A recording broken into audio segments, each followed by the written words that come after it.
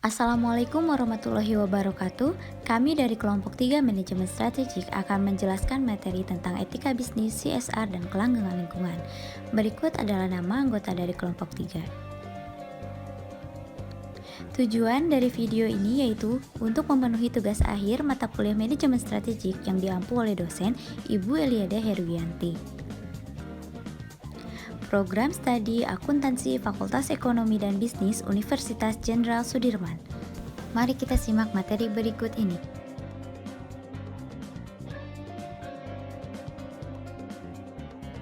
Pengertian etika bisnis.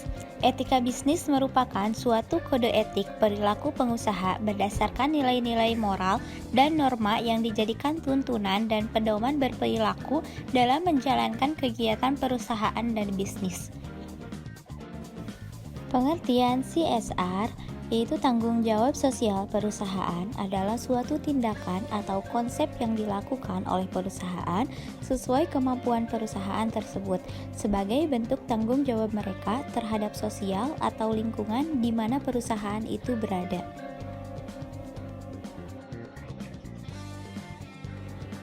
Contoh bentuk CSR, melakukan kegiatan yang dapat meningkatkan kesejahteraan masyarakat dan perbaikan lingkungan. Pemberian beasiswa untuk anak tidak mampu, pemberian dana untuk pemeliharaan fasilitas umum, dan sumbangan untuk desa atau fasilitas masyarakat yang bersifat sosial dan berguna untuk masyarakat banyak. CSR akan menjadi strategi bisnis yang inheren dalam perusahaan untuk menjaga atau meningkatkan daya saing melalui reputasi dan kesetiaan merek produk atau loyalitas atau citra perusahaan. Kedua hal tersebut akan menjadi keunggulan kompetitif perusahaan yang sulit untuk ditiru oleh para pesaing.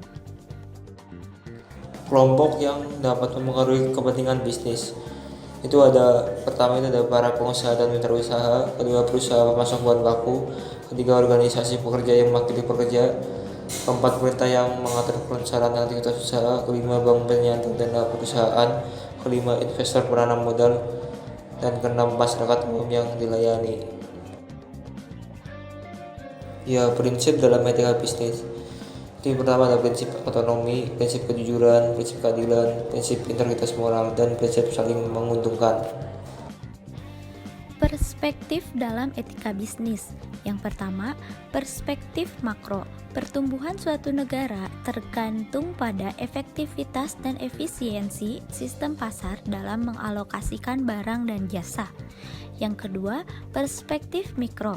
Dalam lingkup mikro terdapat rantai relasi di mana tiap mata rantai di dalam relasi harus selalu menjaga etika sehingga kepercayaan yang mendasari hubungan bisnis dapat terjaga dengan baik.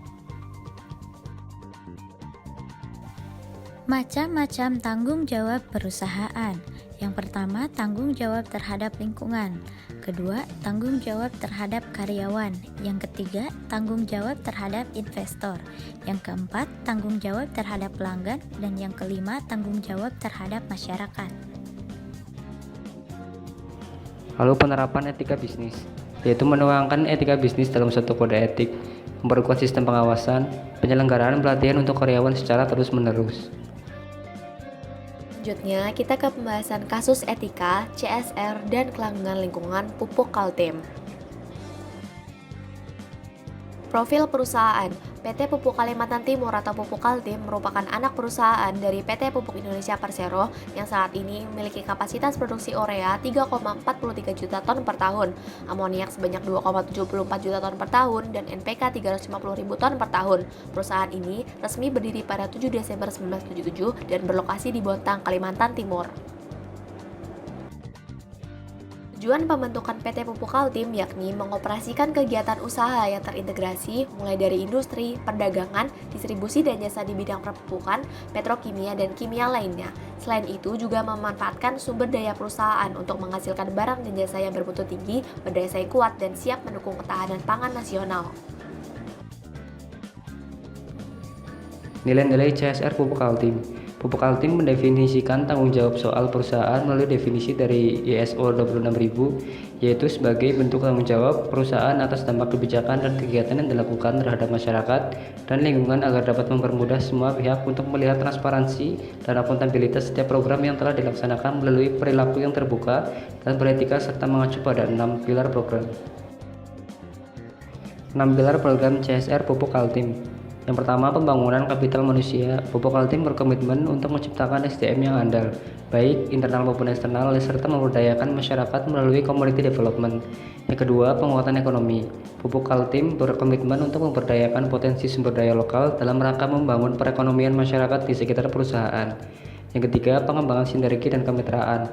Pupuk Kaltim berkomitmen mensinergikan sumber daya perusahaan, masyarakat, dan pemerintah untuk menciptakan harmonisasi. Yang keempat, ada penguatan tata kelola perusahaan dalam menjalankan bisnisnya. Perusahaan berkomitmen menjalankan tata kelola perusahaan dengan baik. Yang kelima, pengelolaan lingkungan berkelanjutan. Perusahaan berupaya keras menjaga kelestarian lingkungan. Yang keenam, peningkatan komunikasi publik. Perusahaan berupaya untuk meningkatkan sikap positif guna membangun citra positif publik. CSR bidang lingkungan hidup. Yang pertama ada program efisiensi energi, yang kedua program efisiensi air dan pengolahan limbah cair, yang ketiga program pengurangan dan pemanfaatan limbah B3, yang keempat ada program pengurangan beban pencemaran udara, yang kelima ada program pengurangan dan pemanfaatan sampah, dan yang terakhir program perlindungan keanekaragaman hayati. CSR bidang ketenagakerjaan, kesehatan, dan keselamatan kerja. Yang pertama itu ada kesetaraan gender dan kesempatan kerja. Kedua, rencana kegiatan ketenagakerjaan tahun 2016. Ketiga, pengembangan kompetensi dan sertifikasi. 4, perlindungan terhadap karyawan. 5, sistem manajemen karir. 6, manajemen talenta. 7, penghargaan. 8, pemberian keterampilan purna tugas. CSR bidang ketenagakerjaan, kesehatan, dan keselamatan kerja. 9, pemberian hak cuti karyawan. Pupuk Kaltim memberikan kesempatan cuti kepada karyawan yang terdiri dari cuti tahunan, cuti besar, cuti di luar tanggung perusahaan, cuti melahirkan, izin menikah, cuti perjalanan spiritual, dan hari libur nasional. Fasilitas terhadap karyawan. Perusahaan memberikan beberapa fasilitas terhadap karyawan seperti tempat tinggal, jaminan sosial tenaga kerja, jaminan kesehatan, program pengaduan karyawan, survei kepuasan karyawan, kegiatan fasilitas kursa karyawan seni dan olahraga, dan rekreasi, kegiatan penyegaran. Ada remunerasi yang diberikan terdiri dari gaji bulanan, berbagai tunjangan, dan pendapatan lain. Selanjutnya ada hari kerja dan waktu kerja. Sesuai peraturan yang berlaku, perusahaan menetapkan 5 hari kerja dalam 1 minggu dengan jumlah kerja tidak melebihi 40 jam atau sama dengan 8 jam sehari. Penerapan kode etik perusahaan sebagai pedoman perilaku individu Pupuk Kaltim. Yang pertama, junjung tinggi integritas, kejujuran, dan etika bisnis. 2, patuh pada hukum dan perundangan yang berlaku. 3, patuh pada peraturan dan kebijakan pemerintah. 4, menghindari benturan kepentingan. 5, menghargai hak asasi setiap individu. 6, wajib menjaga rahasia perusahaan. 7, menjaga informasi orang dalam. 8, gratifikasi, yakni dilarang memberikan hadiah dan dilarang menerima hadiah. 9, menjaga dan memelihara aset perusahaan. Yang 10, ketentuan dalam pemberian donasi. Program Kemitraan dan Bina Lingkungan atau PKBL. Bantuan yang diberikan berupa bantuan modal kerja dan pembinaan peningkatan kapasitas mitra binaan dalam bentuk pelatihan dan pemasaran produk dan jasa usaha mitra binaan. Kegiatan usaha mitra binaan selain menyediakan jasa dan kebutuhan harian juga lapangan pekerjaan bagi masyarakat di sekitar perusahaan. Dengan demikian, masyarakat di sekitar perusahaan dapat memperoleh penghasilan dari kegiatan usaha yang dilakukan, sehingga merasakan manfaat tidak langsung dari keberadaan Pupuk Kaltim.